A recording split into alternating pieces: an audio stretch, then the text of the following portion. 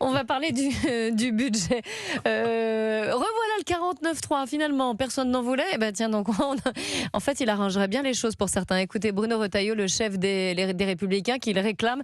Et la réponse de Maud Bréjon, la porte-parole du gouvernement, ce matin, qui, elle, s'y oppose. Le Premier ministre a renoncé par lui-même au 49.3. Il a renoncé aussi aux ordonnances, à l'article 47. Le 49.3, je suis persuadé que jamais les socialistes ne voteraient une censure. Donc pourquoi n'utilise-t-il pas ce que la Constitution lui permet de faire pour avoir un budget conforme aux intérêts de la nation? Il faut l'assumer. C'est un peu facile. Pourquoi est-ce que nous aurions peur du débat parlementaire? Utiliser le 49.3, ça revient à acter l'échec des discussions parlementaires. Moi, je veux croire qu'on trouvera une majorité à l'Assemblée nationale pour permettre cela. Et donc, nous irons au vote.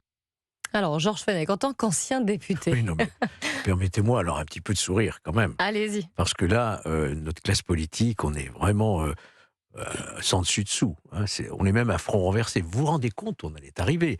Il n'y a pas si longtemps, quand le gouvernement brandissait l'article 49.3, c'était des grèves et des manifestations dans la rue. La loi El Khomri, etc., les nuits debout, on manifestait contre le 49.3, qui était vraiment le suppôt législatif, constitutionnel du gouvernement. Et là, maintenant, c'est les députés qui réclament. Et les sénateurs, on veut être bâillonnés, on veut que vous utilisiez le 49.3. Est-ce qu'ils ne veulent pas voter ou pas voter Mais le vous vous budget? rendez compte, les députés qui disent « faites-nous un 49.3, monsieur le bourreau, s'il vous plaît ». Enfin, où on est, quoi. Donc, on n'y comprend plus rien. Ah, c'est pour ça que la position du maire du Havre...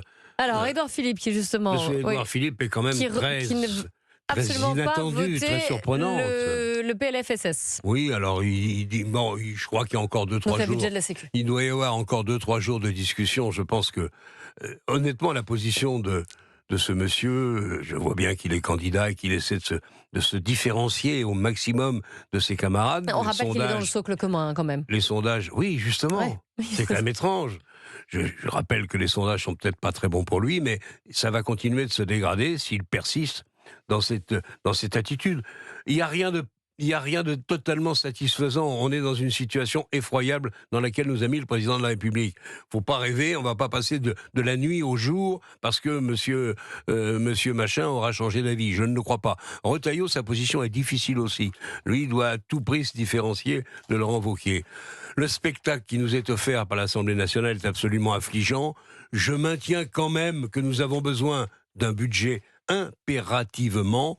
Je suis pas sûr que dissoudre à nouveau l'Assemblée nationale à quelques semaines de Noël nous vaudrait un résultat garanti. Tout ça est complètement ridicule.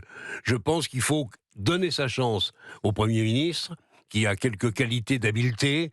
Espérons que je serai modestement entendu, mais j'espère que les députés qui sont réticents à voter et le budget social de la sécurité sociale et plus tard celui du budget vont quand même réfléchir au désastre, au spectacle désastreux qu'ils donnent maintenant depuis plusieurs mois.